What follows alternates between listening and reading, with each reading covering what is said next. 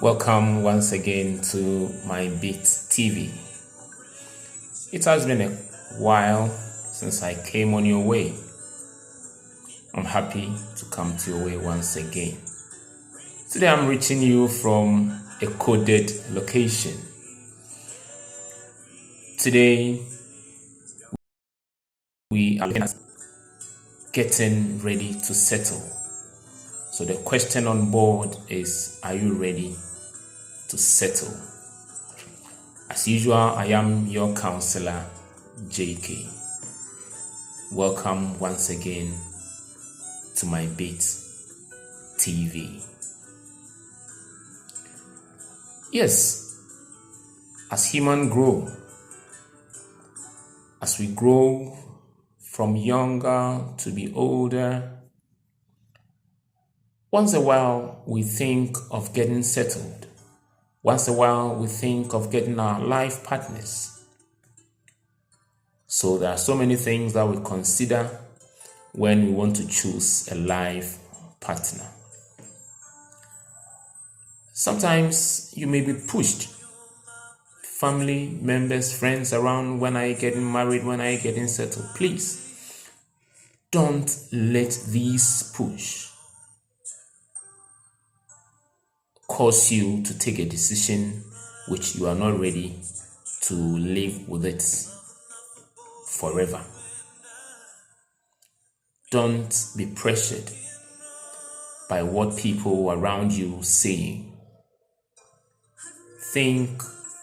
Look at yourself and see how ready you are before you take any step.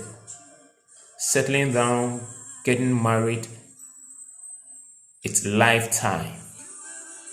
That's why at the altar you say, for better, for worse, till death do us part. Meaning you should be with your partner forever. And that before you select or before you decide to settle with Mr. A or Madam A, you must consider so many things and be convinced whether you are ready to settle or not. However, we should know that it's not everybody who is meant to marry. There are some people in life, they may not marry. There are people they are supposed to marry. So if you are you are a group of the people who are supposed to marry, you are the people that I'm talking to this morning, that you must consider your stance very well before you take a decision. Now, things to consider when you want to settle down, or if you think you are ready to settle, what are the things that you need to consider? In fact, the parents of our spouses or our partners to be should not, or your parents or the parents of your spouses should not actually push you to get married or to push you to settle with him or her. As you are choosing your lifetime partner, ask yourself, if you're a Christian, if you're a Muslim, whichever religion that you find yourself in, find out whether the person is committed to your religion. Yes, at this part of our world, religion plays a much role in our marriage.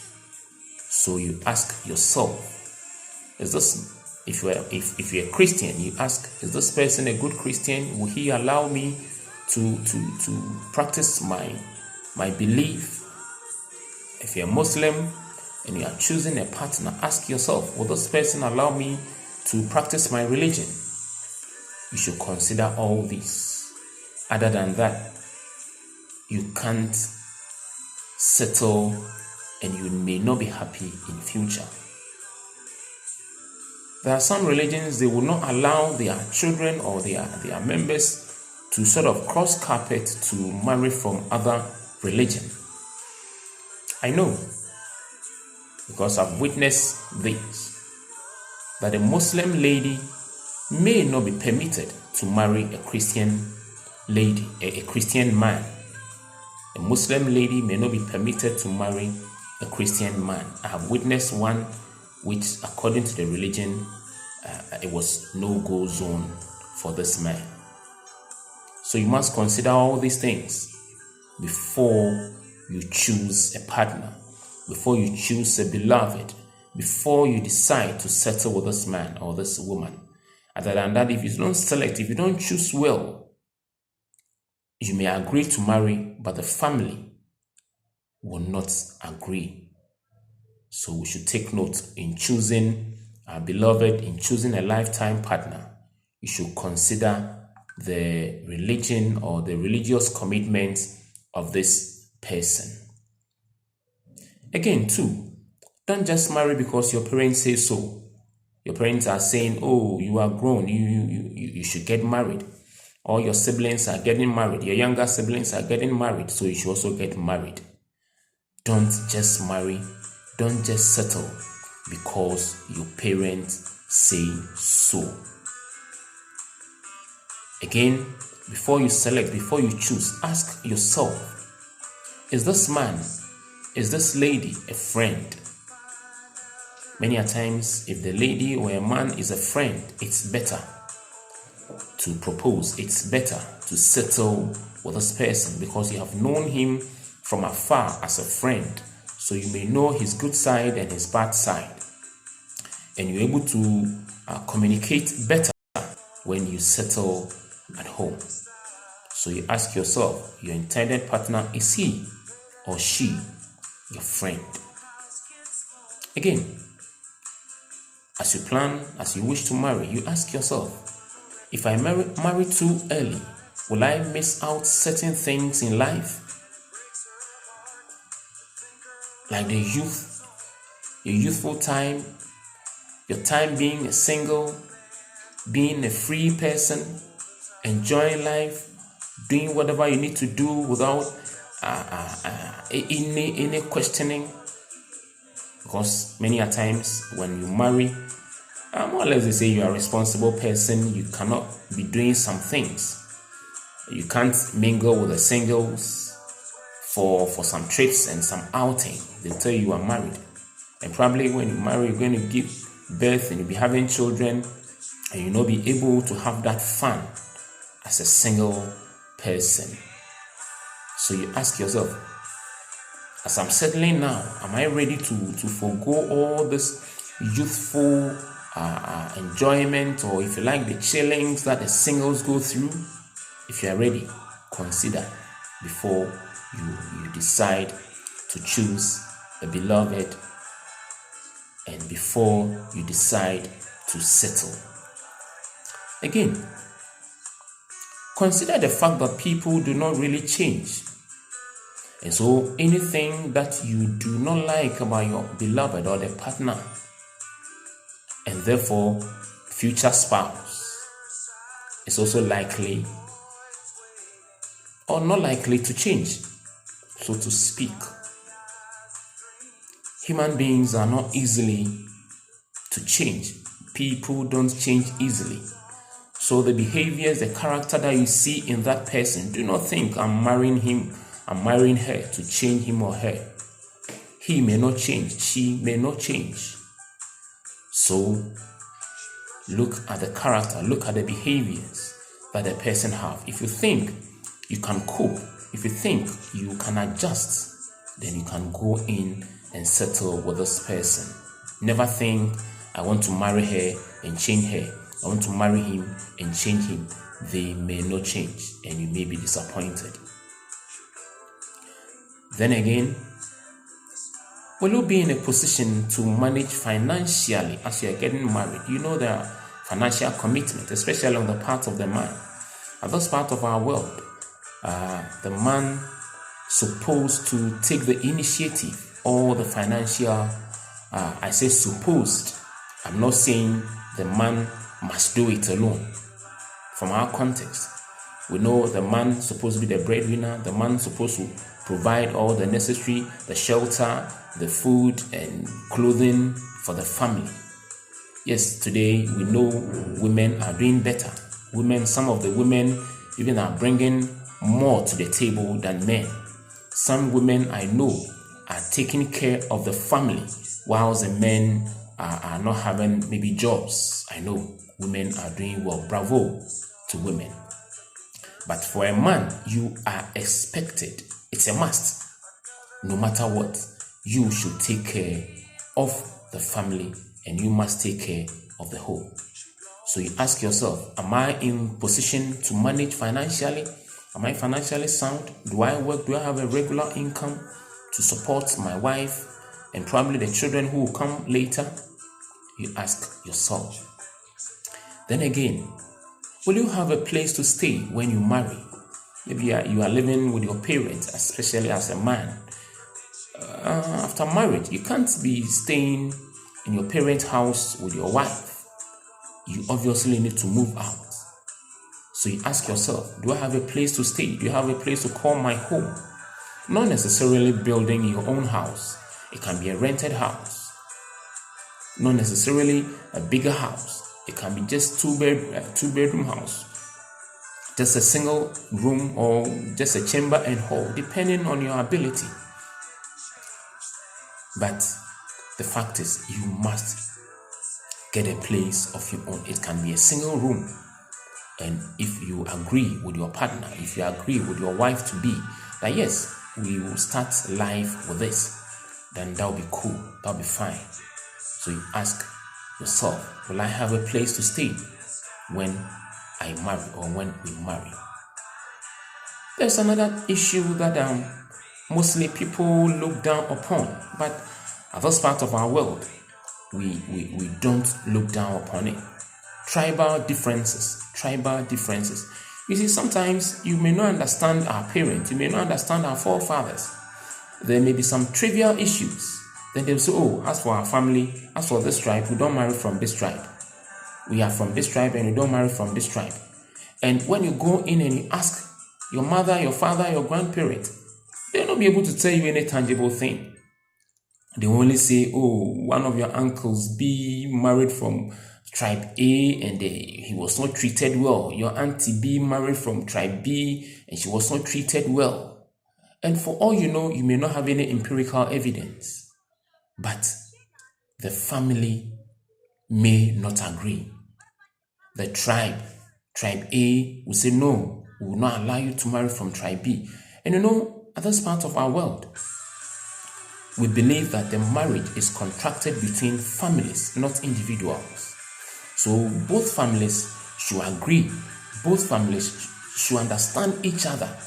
So meaning that when you are going to get married, your parent or both parents should agree to the marriage. So you see, if there is this tribal differences and your family thinks, oh, no, we will not support you marrying from this tribe, we will not support you from marrying from this tribe, then the problem comes. So I will plead with you, people who are ready to settle, you must test the waters.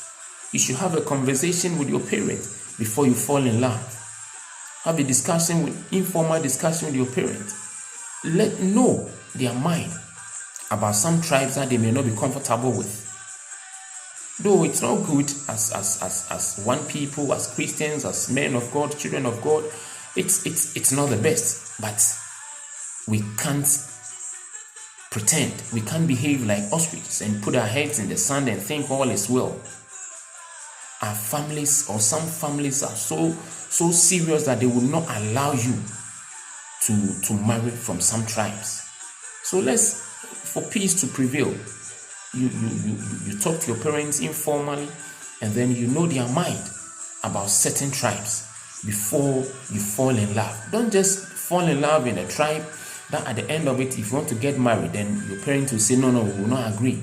Your parents will say, we will not support you. That will be a serious thing. That will be a terrible thing. So let us consider our tribal differences. Probably for modern day girl, modern day boy, you are cool. After all, we've attended school together, we've been doing things together, we've been moving together. We will live together. We will love each other. But beyond that, the family that will support us, if they decide not to approve of that marriage, will have a broken heart. So I played.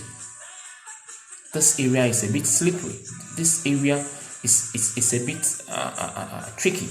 But for peace to prevail, to give at least the respect to our family, let us seek their opinion and the kind of tribe that we marry from, and the kind of family that we marry from. You see, sometimes in the same tribe, within the tribe, there are families, or there are sub tribal thing, or there are families within the tribe, and some families will say, no, we are of the same tribe, but we don't marry from this family. I know all these issues have been there and has been causing youth who are ready to marry broken heart, and people are serious things. So don't get there to have difficulty in marriage. At least when you are getting married, let your blessing, let your parents give you their blessings and their consents. So take note of these tribal differences. Talk to your parents, let them agree before you fall in love. Otherwise, you have trouble, you have challenges. Again, as you're going to marry, you look at the disparity in levels of education. Maybe I have a first degree, I have master's, and I'm marrying somebody, maybe just a JSS leaver or SS leaver. Am I comfortable? You must consider that. That one, it's up to you.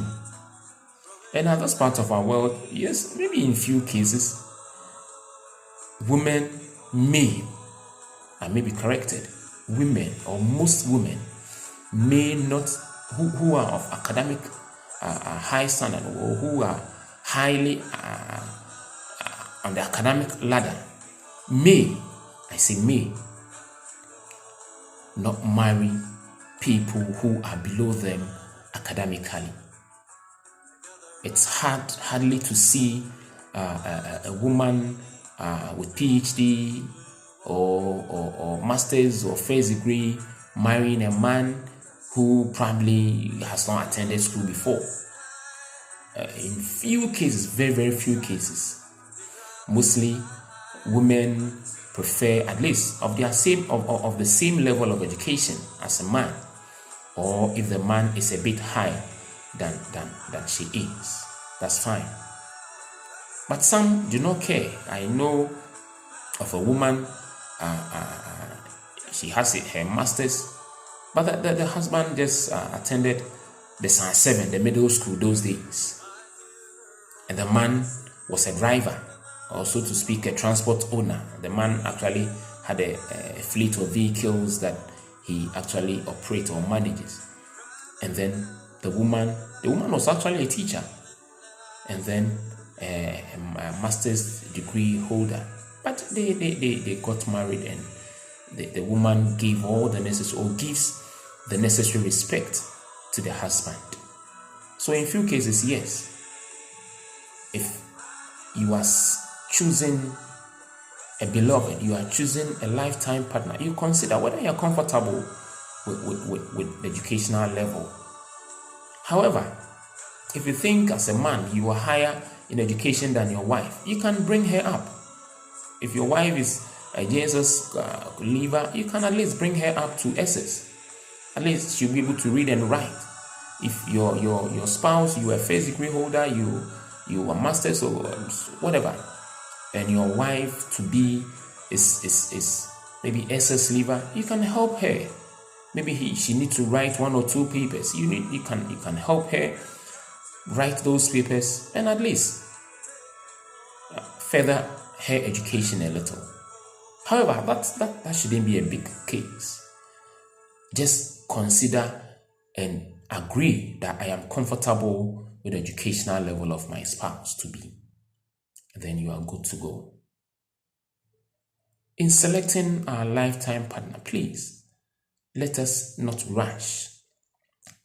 Let us not be pushed. let us not just look at the outer beauty, especially the men. You see the woman, oh, this woman has a big back, this woman has a big front, this woman has this and that. Then you jump.